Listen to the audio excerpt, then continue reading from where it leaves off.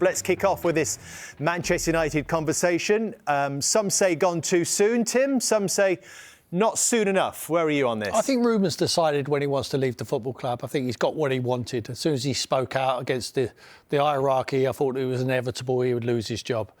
There's no way you can do that. It's impossible. I really wanted to like this guy. When he first come into the club, the charisma he had, he's obviously talked his way into the job. He's a very, very good talker. We've seen that. Great. Sporting Lisbon done fantastic. I think he underestimated the Premier League. You can't come in with just one style of play and just say, I'm going to be so stubborn, I'm going to stick to that and I'm not going to be flexible enough to change it. No matter what the players, what he had. He's learnt about the players.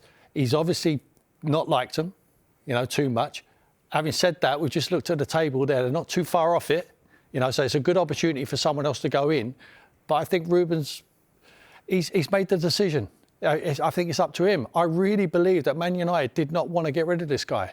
I think they would have kept him till the end of the season. They would have assessed where they were after that.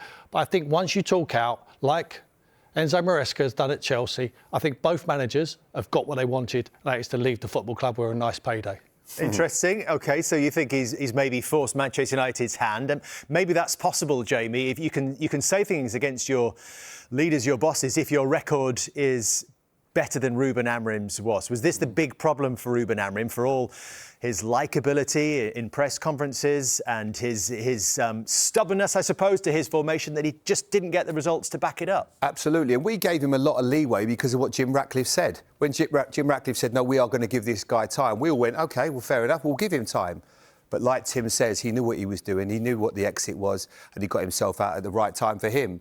I don't ever believe he understood the assignment, if I'm honest. I remember doing the first game, it was Ipswich, they drew 1-1 and he came over to talk to us. I don't think he enjoyed it because Ed Sheeran came over and I think he was a bit of a... He didn't quite like what was happening. And I remember looking at his face and he said, all I've done all week is so much press and this isn't really what I'm used to. And I'm thinking, if you don't know what Manchester United is all about, it's one of the biggest clubs in the world, you are going to do a lot of press and you better get used to it really quickly. And I felt from that moment, has he really enjoyed this job? And it hasn't been the case. I think the system thing, Tim, is spot on. And when he turned around a couple of weeks ago and said, well, if I would have changed the system, then I would look weak as a manager. No, you would have looked strong. I have no problem with that system.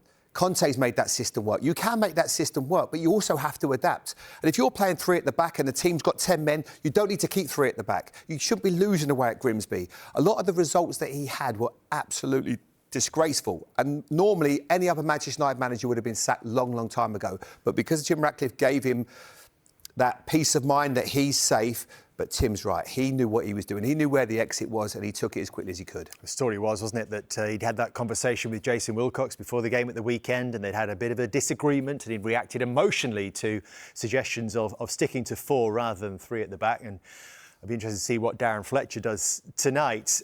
This is Ruben Amorim compared with every other Manchester United manager in this Premier League era who's taken charge of 20 games or more. And his record, again, is not favourable. 31.9% win ratio. 10 even fewer than Ralph Rangnick, who had a really tough time there.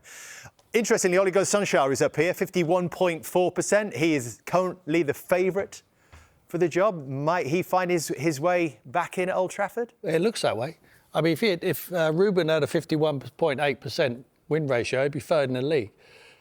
It just shows you, what the state of the Premier League at the moment. I think there's 2 outstanding teams, Man City and Arsenal. I think the rest of it is mediocre. I really believe that. And I think evidence of that is where Manchester United are at the moment.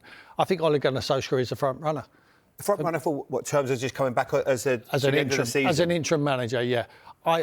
My choice would be Michael Carrick. I just have a feeling about Ole. Ole took them to 2nd place. Let's not forget that. But it ended badly for him. And he just...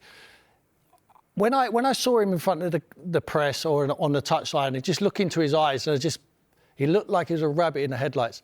He looked like he was scared of the job. I'm not saying he was. There was just my feelings when I look at Ole Gunnar Solskjaer. I think Michael's carries himself a bit better. I think... And you've been down that route. It doesn't normally work out going back again, Tim, does it? No, but they need something for the interim period. They need something, and I think they're right to turn to a Manchester United person.